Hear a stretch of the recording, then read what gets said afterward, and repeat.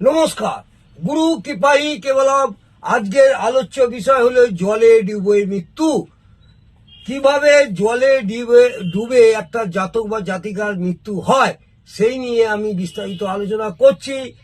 মন দিয়ে শুনুন। ভালো লাগলে অবশ্যই একটা কমেন্টে জানাবেন এবং একটা লাইক করে দেবেন।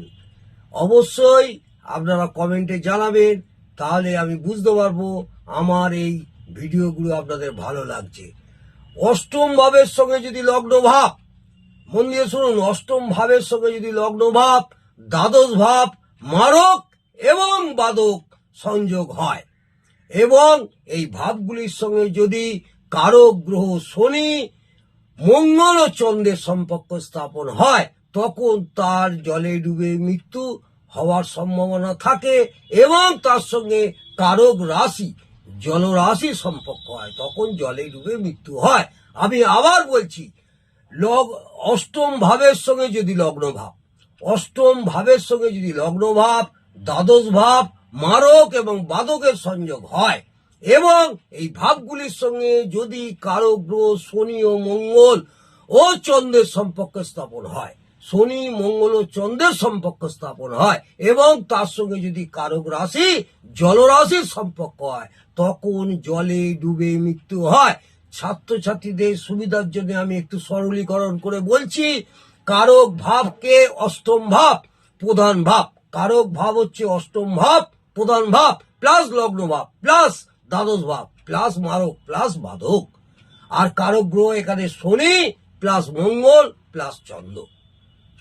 কারক গ্রহকে শনি মঙ্গল ও চন্দ্র, আর কারক রাশিকে জলরাশি। কারক রাশি হচ্ছে জলরাশি।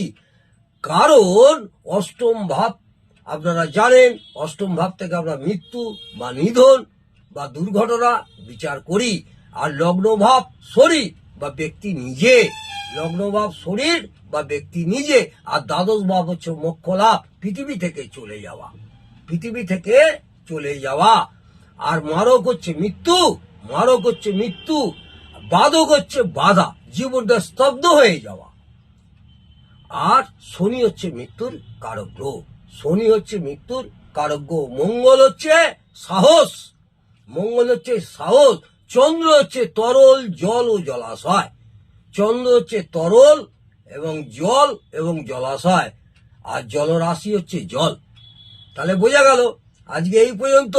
যদি ভালো লাগে অবশ্যই কমেন্টে আমাকে জানাবেন, তাহলে আমি বুঝতে পারবো আমার এই ভিডিওটি আপনাদের ভালো লাগছে। আগামী দিনে আরো ভালো ভালো বিচার পদ্ধতি নিয়ে আলোচনা করব। নমস্কার, জয় মা তারা। ভালো থাকুন, সুস্থ থাকুন, আনন্দে থাকুন। জয় জয় তারা।